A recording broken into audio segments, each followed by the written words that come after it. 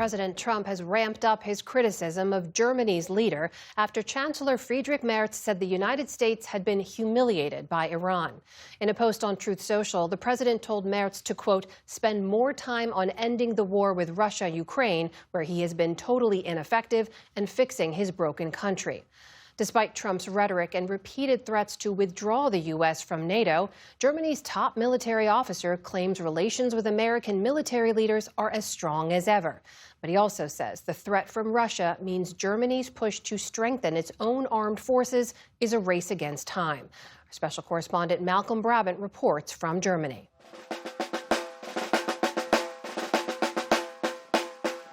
In Marienburg, in former East Germany, near the Czech border, the country's newest recruits perform a last-minute drill before their passing-out parade. For some, the army offered a path out of unemployment. Others were motivated by Ukraine's resistance against Russia. For security reasons, they only gave their first names. My personal view is that I owe a lot to this country. For education, the health system, and I would call myself a patriot. Of course, I think I'm a little bit concerned, but I'm not really afraid that Russia will attack us or a war will break out, because I think it's more like a warning or a wake-up call for us. Marching alongside Marienburg's town band, the 371st Mechanized Infantry Battalion will become the tip of NATO's defensive spear. They can expect to be deployed to Lithuania to strengthen the alliance's eastern flank.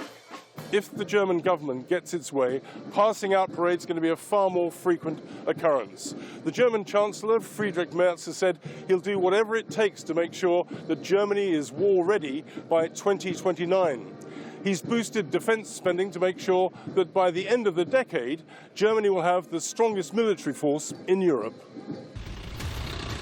This footage from the Bundeswehr, or Federal Armed Forces, shows mechanized infantry training to defend the West against Russian aggression. How dangerous would you say this particular period is?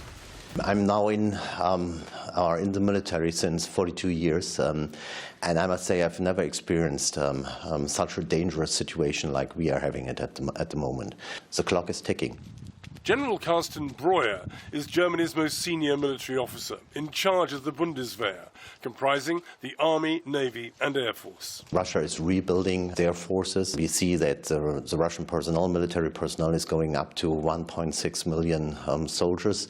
So what we see is a restructuring of the Russian military, and it's all directing against the West. Increasing the pace of Germany's rearmament has become more urgent after President Trump reiterated his dismay over America's NATO allies' refusal to join the war against Iran. We spend hundreds of billions of dollars a year on NATO, hundreds of protecting them. And we would have always been there for them, but now based on their actions, I guess we don't have to be, do we? While Germany's relationship with the White House may be turbulent, according to General Breuer, connections with his American counterparts are secure. Are there any breaks in military relations? Definitely not. They are as good as in former times. It's totally clear, and we also understand that we have to take over more responsibility for our own security. Germany's rearmament alarms the nation's teenagers. 18-year-old males are now required to declare whether they're willing to serve. Fears that compulsory conscription will follow are driving widespread school strikes and marches. I don't want to fight in a war for Germany. I don't want to die for Germany. I don't want to kill for Germany. The anti-war rhetoric of author and podcaster Ole Nymøen has turned him into a national figurehead. The state doesn't care whether people want to fight or not. It's just forcing its citizens to. And this is, in my opinion, the most important argument against fighting for your country. Stroll through the German capital and it's easy to find evidence of the decisive 1945 battle between victorious Soviet troops and Berlin's defeated defenders. Pillars on Museum Island are pockmarked with bullet holes. As it atoned for its Nazi past, Germany has projected a peaceful posture. Now the Bundeswehr is having to counter deep-rooted skepticism about its purpose. The job of Captain Mike Siebert is to convince young people that the army is an essential pillar of Germany's democracy. He's taking a class on a tour of Parliament. As youth information officer, our job is political education in terms of security policy.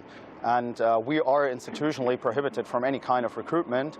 So if we get invited for a teacher and they're requesting a study script, for example, it's good that the students get a chance to see that democracy is not abstract. Opinion polls have consistently shown that most young Germans oppose conscription and are unwilling to fight. A contrast was provided by this predominantly middle-aged audience at a debate about choosing freedom, who were asked to stand if they take up arms to defend Germany.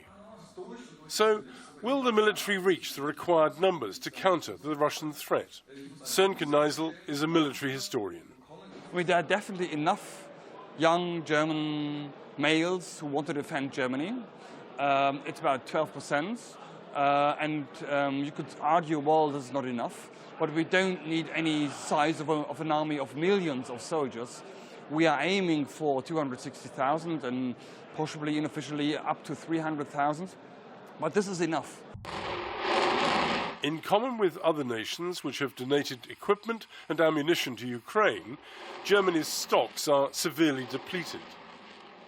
Lieutenant Colonel Marcel Bonert represents the German Armed Forces Association. So ammunition is one of our biggest challenges, so we need much more. Our industry builds up capacities currently, so they will produce a lot more. But we are only able, I guess, to defend Europe with our partners. So only munitions of Germany will not be enough to really defend us. As Russia triples its defense spending, drone warfare is one area of Germany's military-industrial complex that needs rapid growth. Stark, a small startup, has won a $300 million contract for its loitering suicide drone that's been tested on the front lines in Ukraine. Senior Vice President Josef Kranner-Vettvogel shows off the warhead that can take out a tank. It's highly effective. It can destroy up to 800 millimeters of armored steel. It's battle-proven from beginning on, I would say, because we get quite a lot of feedback from soldiers that use our systems from the front line. It is essential that you scale up your production right now, and it can't be done within some minutes or seconds. So it needs some time to ramp up production and to set up production sites, and we are on it to do this right now.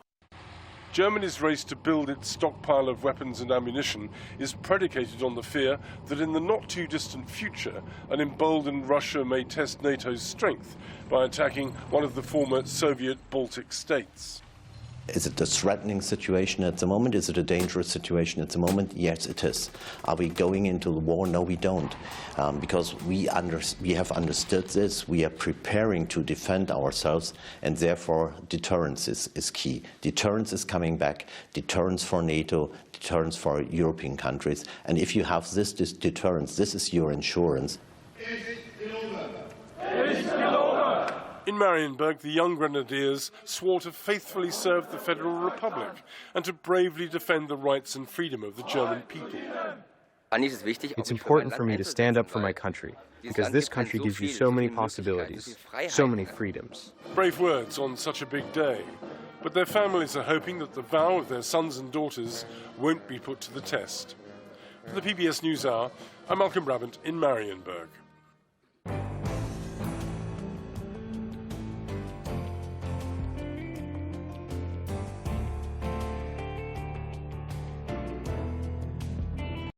Support journalism you trust. Support PBS News. Donate now, or even better, start a monthly contribution today.